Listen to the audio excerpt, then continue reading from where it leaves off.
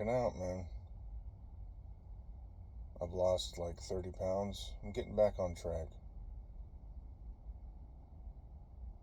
Getting back on track, man.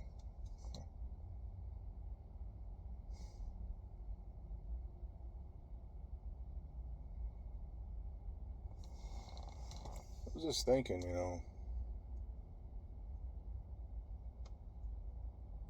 how did this all happen? How did I wake up? How did I wake up? It goes all the way back to my days in the Marine Corps around 2004 time frame. 2005, I can't even remember. 2006. I was on guard duty with Lance Corporal Patterson. Lance Corporal Patterson in 29 Palms at the motor pool where they keep all the military vehicles and the trucks and such. And when you're on guard duty with somebody for 8, 9, 10, 11, 12 hours, you just talk and talk and talk and talk. A lot of conversation about everything. And we got on the subject of, I forget what, but he was like, "Hey, dude," he could rap, he could bust rhymes, man, and he called himself Lil Cyclone, and he had made his own CDs. He had put out an album, and his car was parked right outside the motor pool, right outside the gate. And he's like, "Hey, man, you got to hear this recording though. It'll freak you out. It's crazy. It's of this demon-possessed chick." And I was just like, okay. And he put it on his state of the... We all had sound systems back then, with the 12-inch woofers, and come back from deployments, and you spend a couple $1,000s. So he tuned it just right so you could really hear. It was the outro to his album. And he puts it on for me, and it's this chick crying, talking to a pastor, going through a deliverance. And when he places the blood of Christ on her, you can hear things and it's fake, and then you hear other things, you're like, oh, whoa, wow. She shrieks, and this different voice comes out of her, and she starts growling. I literally was like, and I'm not, you can't scare me. I'm not, but when I heard it, I realized, man, this is real. This is creepy. I was like, dude, I'm good, bro. I'm cool. I didn't want to hear it. I didn't want to hear the rest of it. So life goes on. I get out the Marine Corps, switch to the Army, end up in Fort Stewart, Georgia. Wait a minute. No, that's right. I went on my deployment, and I had my encounter with God. I had this divine intervention in Rawa, Iraq, with God, which I'll talk about later, and it peaked, it changed me. It regenerated me. So I come back to him, and I'm like, after the deployment, I'm like, "Hey, bro, you know that CD of yours? Can I have it? Because now I want to hear it. Now I want to see what's up." And he's like, okay, he gave me the CD, and I had my own sound system. I'd come home, my brand new car, and put in a real nice, state-of-the-art sound system. You come home with deployment money, you do stuff like that. I did the same thing. I tweaked it with the equalizer, and I'm listening. I listened the whole thing through, and I was just like, whoa, whoa, that's real. This is a young girl who was a victim of satanic ritual abuse. And she's under a form of possession, and the pastor is trying to deal with the demonic entities that had control of her life. And I have this recording. I'm going to share it with y'all. So life goes on from there. And I'm in Fort Stewart. I lost the CD, but I'm at Fort Stewart. And I was like, I wanted to... my grandmother was on my mind at the time. And I knew she was getting older, and we'd always been praying for her, and hoping she'd get saved before she died. So I've always been a part of a Christian family, even though I've never really lived it or hadn't lived it right. But now I'm regenerated. Now I'm back into it. So I'm looking for ways to witness to my grandmother and you know, bring proof that, you know, Satan exists, hell exists, you know, it's heaven, it's all real. So I'm like, well, but I don't have that recording anymore, and I wanted to share it. So I thought, let me get on YouTube. I bet you if I get on YouTube, you can find anything and everything on YouTube. Sure enough, I found the same excerpt, the same audio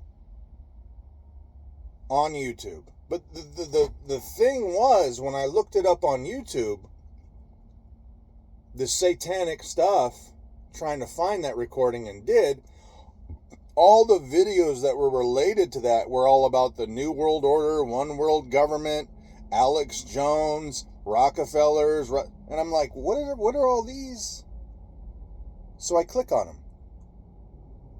and it was just one, and that's how I just began to wake up. Like, oh, that's how I woke up. That's how I broke free of the Matrix by accident. I was looking for something totally different that had to do with, and it pulled up all this other shit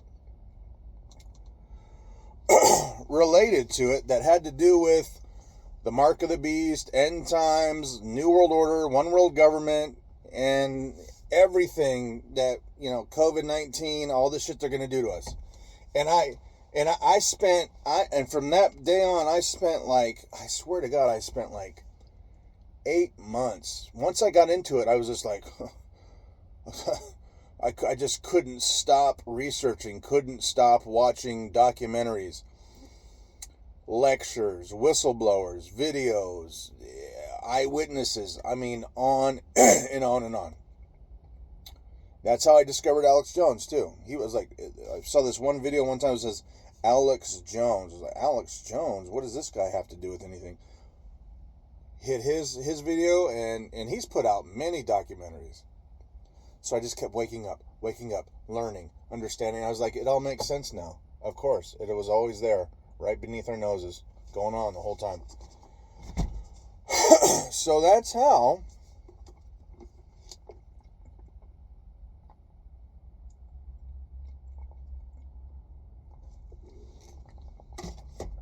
I became so knowledgeable on this, and I knew. And here I had to face the fact that I joined the military after 9/11.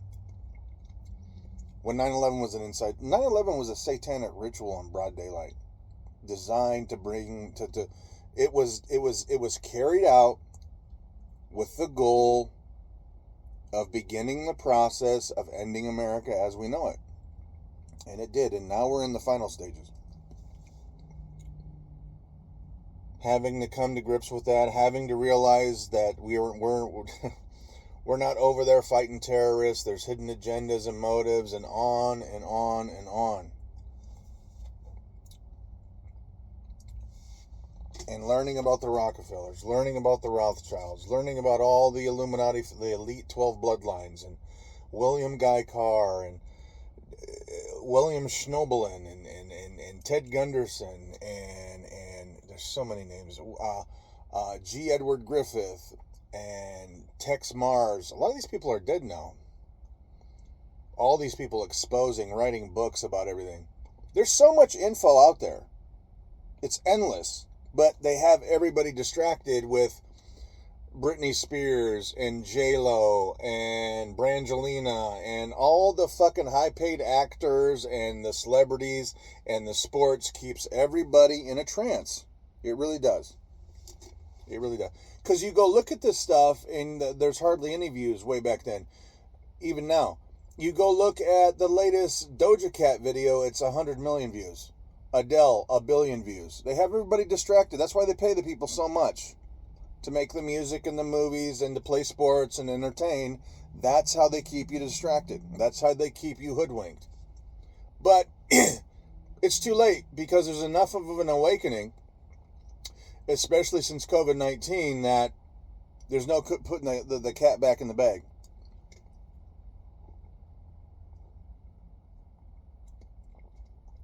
And there really is an awakening now.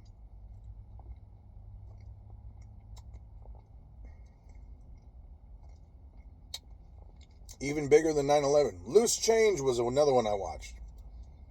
Documentary.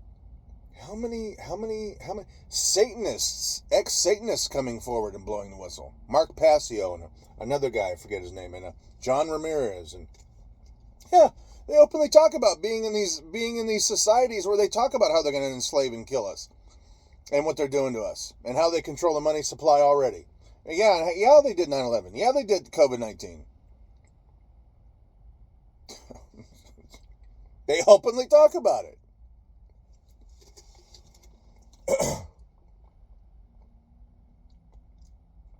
And they're gonna do more shit to us too.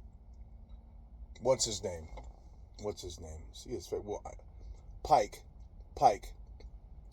Uh, uh, Albert Pike. Manly Hall. It's been so many years, and it got to the point to where I was just like, I'm tired of looking. I've learned enough. I know it all now. I should have a master's in globalism and fucking New World Order, international relations, all this shit. And then I tried to respectfully warn people. How well do you think that worked? Not really. No one would listen. Now you're listening. Now you get it. We're in deep shit. America especially.